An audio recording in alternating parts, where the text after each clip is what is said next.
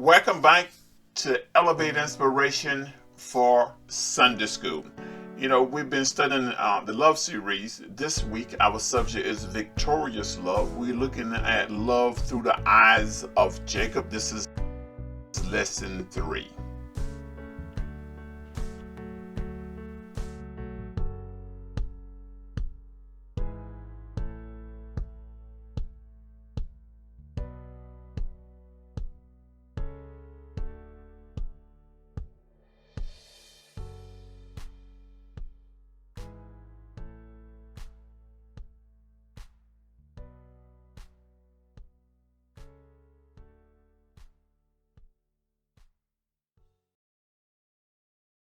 Have you ever had a surprise encounter?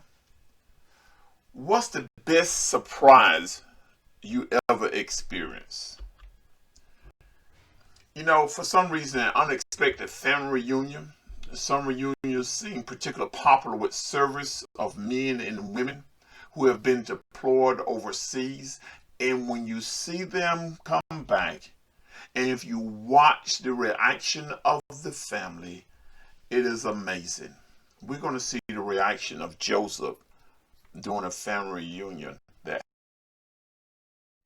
So let me give you the content of our lesson. Joseph has been appointed to prepare Egypt for the years of famine that were to come. So we have 7 years of prosperous, and then we have 7 years of famine. Actually, the 7 years of prosperous years have occurred. Joseph has done his job, built the storehouses. Remember, now he's the governor of Egypt, second in command. Now people from all around, including the Egyptian, are coming to Joseph to purchase food. Then all of a sudden, and this is actually 2 years have occurred, Joseph is possible 39 years old. Because he's 30 years old when he meets Pharaoh and interprets his dream. 7 years of prosperous years have occurred, and we're in the second year of the famine. And then he sees his 10. So when Joseph sees them, what does Joseph do? He starts speaking to them roughly. He says, "Where do you come from?" Now notice now, I want to emphasize that your mind might think he's talking to them, and he is talking to them, but he's actually speaking in an Egyptian language. He's not speaking in their dialect, in their tongue. Because later you see that he speaks to them through an interpreter, and when they start talking, they don't realize he can understand what they are saying. They said that we've come to buy food, and Joseph knew who they were. So what we have here, we have a accusation.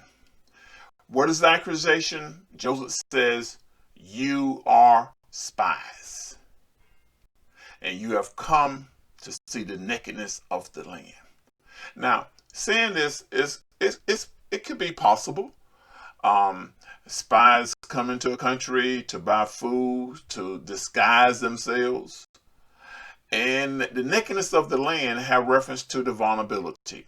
So Joseph accusing them of being spies to seek out the vulnerability of the nation. And what do?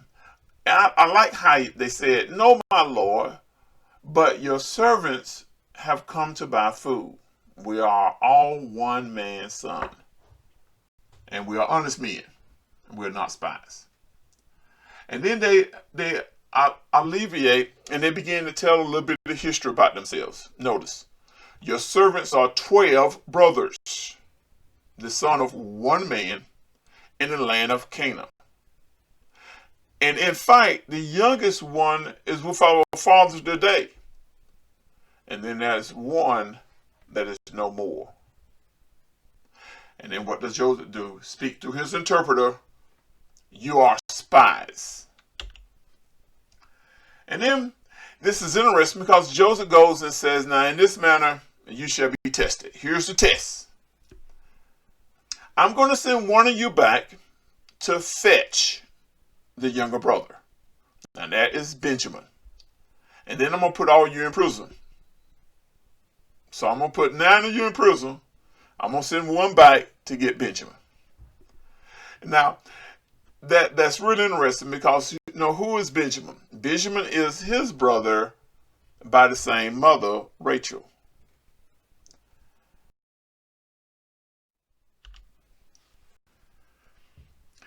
After the third day, he goes down. And if you notice now, look at what he actually said to them. Do this and live, for I fear God. If you are honest men, let one of your brothers be confined to your prison house, but you go and carry grain for the famine of your houses. And then bring your youngest brother with me. If you don't do this, you shall not. If you do this, you shall not die.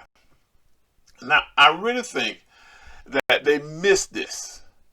Their only focus was getting their brother back and how they're going to do that when the father didn't want the brother out of the baby boy out of his eyes. And they missed the underlying part there, for I fear God. The brother's remorse. Now, this is what really touched Joseph. Notice the words. They said, we are truly guilty concerning our brother, talking about Joseph, for we saw the anguish of his soul when he pleaded with us, and we would not hear. Therefore, this distress has come upon us. Now, all of them is talking. Joseph can understand them. They do not know Joseph can understand them. And Joseph is seeing their remorse. They are actually thinking God is getting ready to punish them. Instead, God is getting ready to bless them. There's a great lesson we can learn from that. When hard times come, we think it's because of punishment, but in actuality, God is probably getting ready to bless us, but we can't see it. Notice what Reuben says. Reuben realized that he thought Joseph is dead. Notice his words. Did I not speak to you, saying, do not sin against the boy? And you will not listen. Therefore, behold, his blood is now required of us. That Reuben thinks that Joseph is dead, not realizing that there's Joseph right there. It's amazing because I really think Joseph was going to keep Reuben behind. Instead, look what he does. He keeps Simeon, who is the next oldest. Actually, Joseph turns and he weeps because he realized the remorse of his brothers.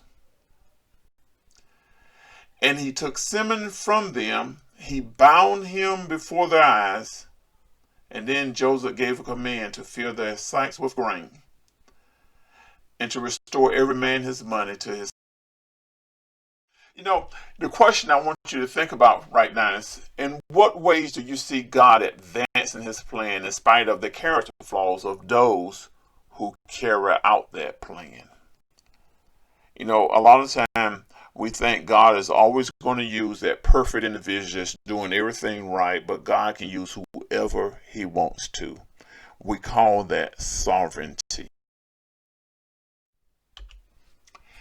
I like, because one thing Joseph shows is tears.